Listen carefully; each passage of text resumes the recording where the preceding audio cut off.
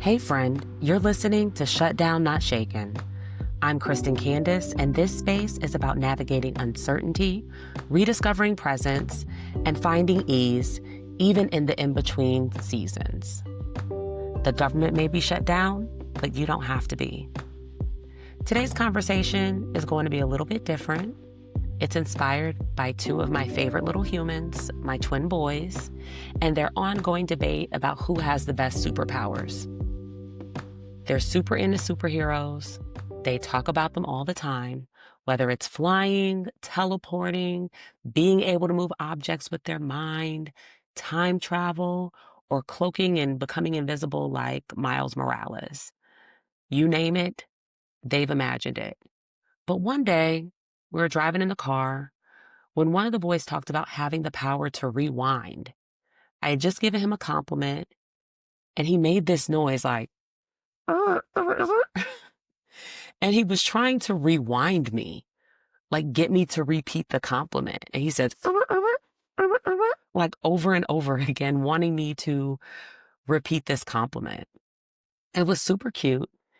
And I said to him, you already have superpowers. And even though my 7-year-old was not trying to hear me in that moment, that's what today's episode is about. The real life superpowers that we often take for granted. The ones that can change our lives, our homes, and even our world. When we think about superpowers, we often imagine something extraordinary, something that separates us from others, or people or images that we perceive to be larger than life. But what if our powers are the ones that connect us to others? What if being a great reader, a deep listener, a compassionate friend, or a creative thinker? What if those are superhuman acts in a world that's often distracted, disconnected, and divided? That's what I'm learning through my children, through coaching, being in leadership roles, and in life, that our everyday strengths, the ones we overlook, are actually the foundation of transformation. So today, I want to explore a few of these real life superpowers: reading and reading comprehension, listening and listening comprehension, compassion and empathy, remembering through history and storytelling, and then last but not least, creativity and imagination. And as I share each one, I'll connect it to how it shapes us as leaders, parents, and friends, and how it keeps us grounded in our humanity.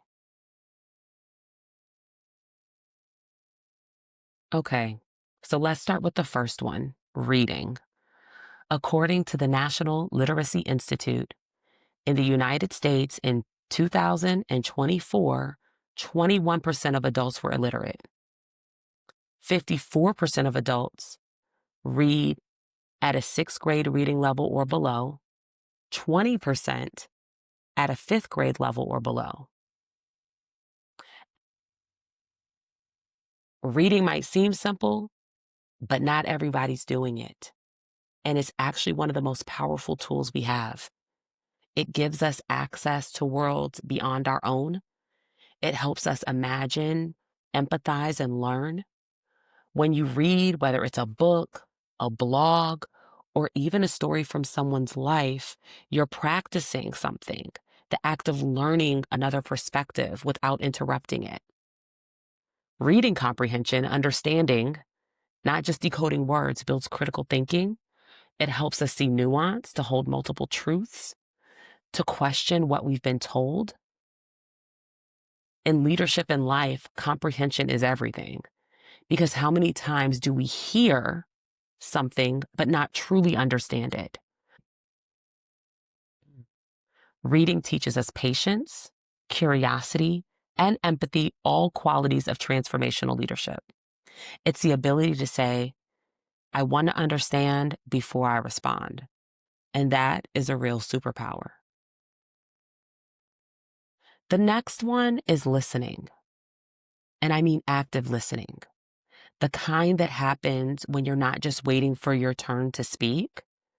Listening is a form of love and respect. It says, you matter enough for me to slow down. In coaching, I've learned that listening is both an art and a science.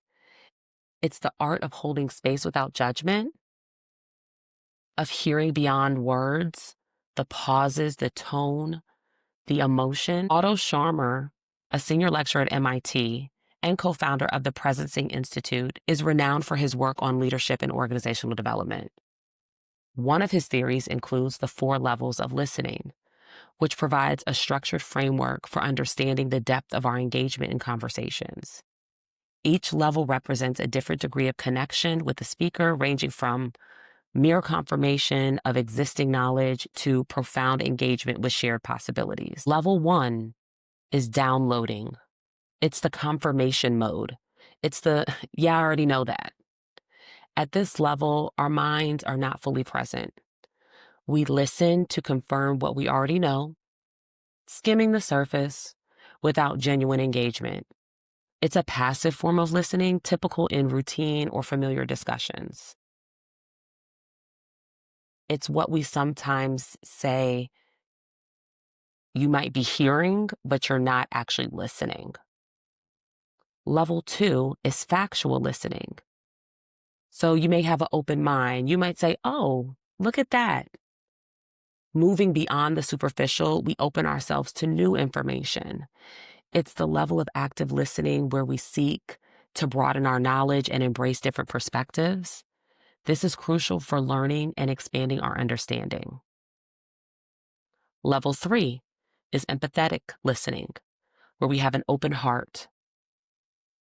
We might say, oh, yes, I know how you feel. And now our connection is going beyond the facts. We empathize with the speaker, understanding their emotions and experiences. It's a deeper, more emotionally engaged form of listening that fosters connection and mutual understanding. And then level 4, generative listening, where we have an open will. We might say, I am connected to something larger than myself. This is the pinnacle of listening, where conversation transcends the individual. It involves engaging with core ideas, envisioning potential futures, and creating a dialogue that is not just interesting, but transformative. It's about connecting to a larger purpose. Listening comprehension, the ability to interpret meaning and emotion, allows us to lead with empathy instead of ego. Even at the downloading level, some people may think they hear, but don't. Last week, I went to a concert, and the DJ is doing his job. He's trying to get the crowd hype, and he divided us into 3 sections. The floor and the 100 sections were he called the low group. The 200s and the 300s, he said, were the middle group, and then the 400s, people at the very top, were high. He asked us to turn the flashlights on our phones, and as he called out our section, low, middle, and high, to lift up your phone, right, and light up the sky. It was an outdoor venue. I was sitting in the middle section, but the people around us kept raising their phone when he said hi. And it was funny at first, but the longer the exercise went on, the more people kept jumping in with the high group, even though we were in the middle section. And my friend, who is an educator, she leans over and she says, do you see how people don't have listening comprehension skills? In a noisy world, for us, it was a noisy concert that really didn't have any consequence. But the ability to actually hear and understand someone can be radical. It was funny. It wasn't anything serious, but it was also funny because it was something so simple. The instructions were very clear, and it was very clear that people did not understand what was being asked of them in the moment. And to be clear, it's not just about listening to others. It's also about listening to yourself, your intuition, your needs, your body. In the same way we ignore people, we sometimes ignore our own signals. that inner listening, and to quote Lauryn Hill, how you gonna win when you ain't right within? How are you going to actively listen to others when you're not actively listening to yourself? And I think that's another layer of superpower that we don't talk about enough. That if we want to practice this superpower in relationship with other people, we first need to practice it within ourselves. Now, let's talk about compassion and empathy. My son once told me he wanted a superpower that could heal people. And I said to him, you already have one. Empathy is healing. When someone feels seen, understood, and safe, when you stand up for somebody on the playground, their nervous system calms, their heart opens, and they begin to believe in possibility again. On Fridays in my house, we have movie night. And the boys each get to pick a movie for the night. So we 2 movies every Friday night selected by the boys. And for months, we watched Inside Out on repeat. And the character Sadness showed empathy when she sits with Bing Bong. That was the character that kind of looked like a elephant, who was overwhelmed by grief after his imaginary friend disappears. And instead of trying to cheer him up or find a quick solution, she cries with him, which validates his feelings and makes him feel less alone. Empathy doesn't mean agreement, it means acknowledgement. And compassion is empathy in action.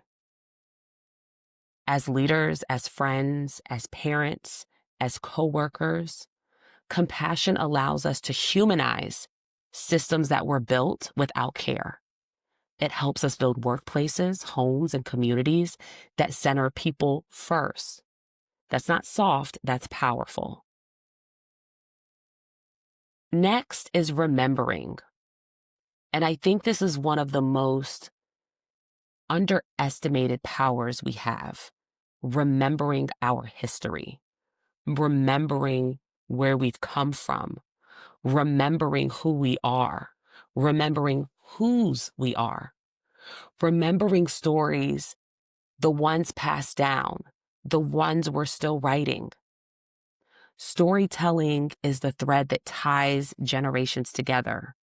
It helps us make meaning from chaos and gives us courage to continue. Today, we were driving down the street and my son is reading signs. He spells K-I-A. He says, Mommy, you used to have that car when I was a baby. And I'm like, Kia, you're right. And his brother looks at him and says, how do you remember that? He responds, I don't know. I guess it's my superpower. So it let me know that even though he pushed back on the idea of real superpowers, he was listening to me. He suggested that his memory, his ability to recall things, is in fact a superpower. In a world that constantly tells us to move faster and forget, remembering is resistance. Every time you share your story or listen to someone else's, you're shaping collective memory. And that's world-changing work. One could argue the world looks the way it does because we have short memories. Because when we forget, we repeat harm. When we remember, we build bridges toward healing. And finally, creativity and imagination. The truth is, everything that exists began with somebody's imagination. Somebody had to dream it first. When my boys put on their capes and create whole worlds out of cardboard boxes, I'm reminded that imagination is not childish. It's courageous. Because to imagine something better, a kinder world, a new system, a healed self, it takes hope. So, going back to my boys, I have a son who cannot stand traffic. And he may complain about it, but more often than not, he talks about when he gets older, about inventing something that will make traffic disappear.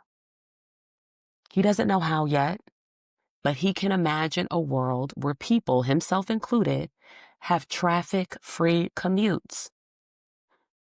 Creativity is innovation in motion. And I believe one day he's going to find that solution. It's the ability to see beyond what is and hold space for what could be. That's what leaders, entrepreneurs, children, change makers do every day, even when they don't call it art. So maybe we don't need capes or laser vision. Maybe our real superpowers are already here in our ability to read, listen fully, feel compassionately, remember collectively, and imagine boldly. Because every time we use these powers, we shape the world around us for our families, our communities, and the generations that follow. So today, I invite you to ask yourself, what are your real life superpowers? And how can you use them to bring a little more light into the world right where you are? Take a deep breath. You are already powerful. You are already equipped. And if the government is still shut down, I will see you tomorrow.